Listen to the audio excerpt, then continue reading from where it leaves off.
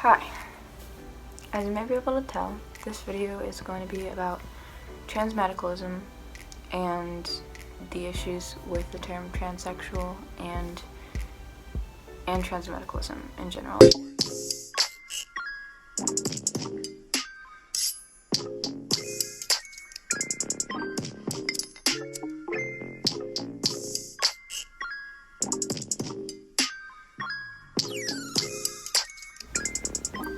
So that's the belief that one has to want to or have medically transitioned to be trans or have body dysphoria to be trans.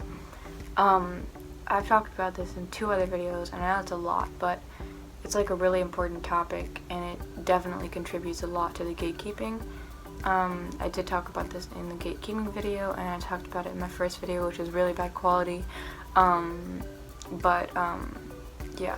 So, but I still wanted to discuss it again because, again, it's so important, and it's like, yeah. So basically, to start out, I'll say like some transmedicalists that are big or popular and have big platforms to promote their transmedicalism are Calvin Gara and Blair White.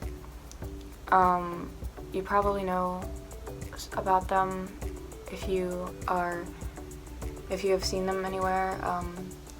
You might even have like watched them for a bit or are still watching them. If you are still watching them, I do suggest you stop, unless you are a transmedicalist. So maybe stay here, but you probably won't want to stay here. But you probably should stay here to learn something about why your view is kind of really a bad impact on a lot of people. So anyways, moving on.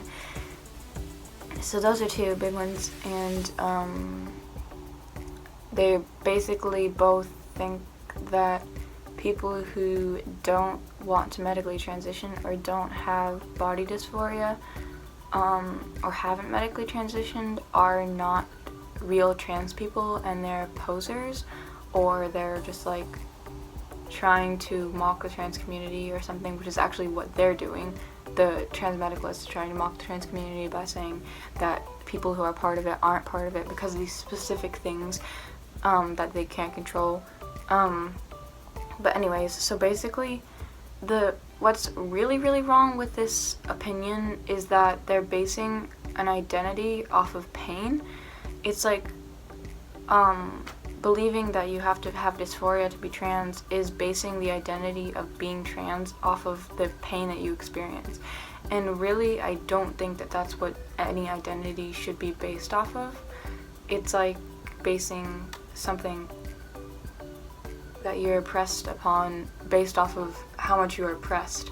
It's basically like creating a whole competition based on pain, and it's like we don't need that. The amount of pain we experience doesn't determine our identity, and it really shouldn't be this stigmatized and this brought up. Like, we already experience so much pain just for being who we are that we don't really need to be judged by the amount of pain that we experience to prove that we are who we are, because we already have to do that so much. We already have to explain ourselves, we already have to prove ourselves, and these people who don't have dysphoria and are still trans have to prove themselves even more. And then these people with bigger platforms, these transmedicalists with bigger platforms, are making them considered less than, so that to the point where like relatives or family members or friends who watch these people with big platforms who talk about transmedicalism believe that if this person came out to them, that they would say that they weren't trans and that they were just lying to them and they were being a poser because they don't have body dysphoria. And again, an identity based on pain is just why. But yeah, so it can cause problems individually, many problems individually, because of these humongous platforms these people have, and like the weight contributing to that amount of pressure on you to like think yourself that you're a poser, or like just debate your identity because you don't have body dysphoria and you're like, oh no, am I really trans, or am I just like trying to like do this for attention or something? And you are really trans. You're not trying to do this for attention, and these people are putting this idea in your brain that you are trying to do this for attention, and that's just hurting you and so many others, and it's not true.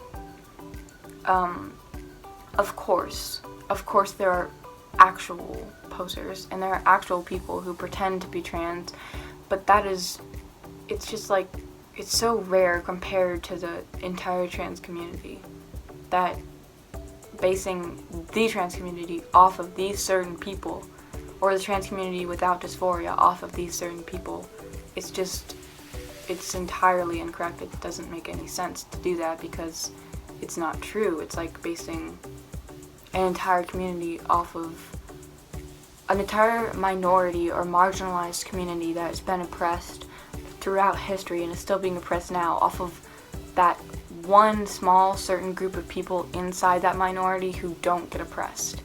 Like, I'm going to bring up ableism. Thinking that your opinion about ableism is true, your opinion being that ableism doesn't exist, just because there's a group of disabled people who don't look disabled and aren't oppressed for being disabled, or don't have ableist microaggressions thrown at them, or haven't experienced ableism. You're basing the whole entire community off of that group. That is completely wrong, and it's like you have to look at many different experiences to actually get the facts of what is going on inside that group and what is going on with the oppression and the pain and everything, not basing it off of one group that you've heard of or one group that you've seen and said, oh, well, the whole disabled community must not experience ableism just because this one group doesn't experience ableism. Just like basing off of this whole trans community must be fake just because these few people are posers. Or this whole trans community without dysphoria must be fake just because these few people say they're trans but they're not actually trans. I hope you see what I'm getting. And so that's the problem when it comes to outsiders, because that's what they believe when they watch people with these humongous platforms talking about transmedicalism. And that's what they believe when people without dysphoria come out to them and say that they're trans, because then they say that they're not trans. And it's like the people who believe in transmedicalism say that they're not trans, but they are trans. And so it's like, yeah. Okay, yeah, and then the term transsexual. I did forget that for a second there. But, so I think it was Blair White who uses transsexual to describe herself. And I think that this is like a term that has been sort of, it's really it's not the best way to describe the trans community at all, because again, it is basing it off medicalism. So a transsexual person is a person who has medically transitioned and is trans based on medically transitioning, while a transgender person is a person who is not the gender identity that they were born as. And that's what the whole community represents, not trans being not the gender identity that they were assigned at birth. It's like, so you can call yourself that, I guess, but calling the whole community that and saying that if you haven't medically transitioned, you aren't part of that community, it's like, no. In my opinion, it sounds a bit weird too, because it's like there's like bisexual, pansexual, and stuff, and that's like sexual attraction, or sexual and romantic attraction, whichever one, towards, certain people, and it's like certain genders, and like transsexual doesn't mean the same thing, but it's like, it sounds the same. So it sounds like attraction to trans people, which is, it's kind of weird. I kind of don't like that, but anyways, that's another reason that I don't like that term. But I think that it does have a lot of bad things like surrounding it, and like the definition and stuff, and like a lot of people have used it who are transmedicalists and believe in some things that really aren't true and that can really cause much harm to a lot of people in the trans community. And so I think that it's a bad term in my opinion, because it really doesn't represent the entire community at all, and in fact it only represents a few people, because it's like Blair White believes that if you are only trans if you medically transition the entire way, and a lot of people like being the entire way being like go on hormones, get all the surgeries, like, and a lot of people decide not to go on hormones or not to get any surgeries or not to get one surgery versus the other, etc. And a lot of non-binary people like just choose to like not go on hormones, or go on hormones and not get surgery, or get surgery and not get another surgery, etc. Anything. So it's like they aren't considered trans by your view and by a lot of people's view just because of that, but they are trans. And another thing that Calvin Garr says is that really non-binary people are like posers and stuff, and they're actually just like girls, even though not all non-binary people are assigned female at birth, but he only thinks that it's a thing with girls. And by the way, these two people are trans themselves. Obviously, I discussed that Blair White is trans, but Calvin Garr is also trans. They're both binary trans people. Obviously, Calvin Garr mocks non-binary people too much to be non-binary himself. And yeah. So that was another video on what I thought about transmedicalism and transsexual, the term. There's true skew and true cum. I'm pretty sure those are the two things, but I can't remember the difference between the two of them, and I really couldn't find it. So that's that. But I'm just gonna be saying like transmedicalism, as in the one where you believe that people have to have dysphoria, people have to transition, people have to want to transition medically to be trans, and then the other one is just not transmedicalism, it's just like being trans, you know, like believing that you can be trans just because you are not the gender you were assigned at birth, which is exactly the definition of being trans. Anyways, that was my little take on that. I know I've discussed this a lot, but didn't want to bring that up just because of all the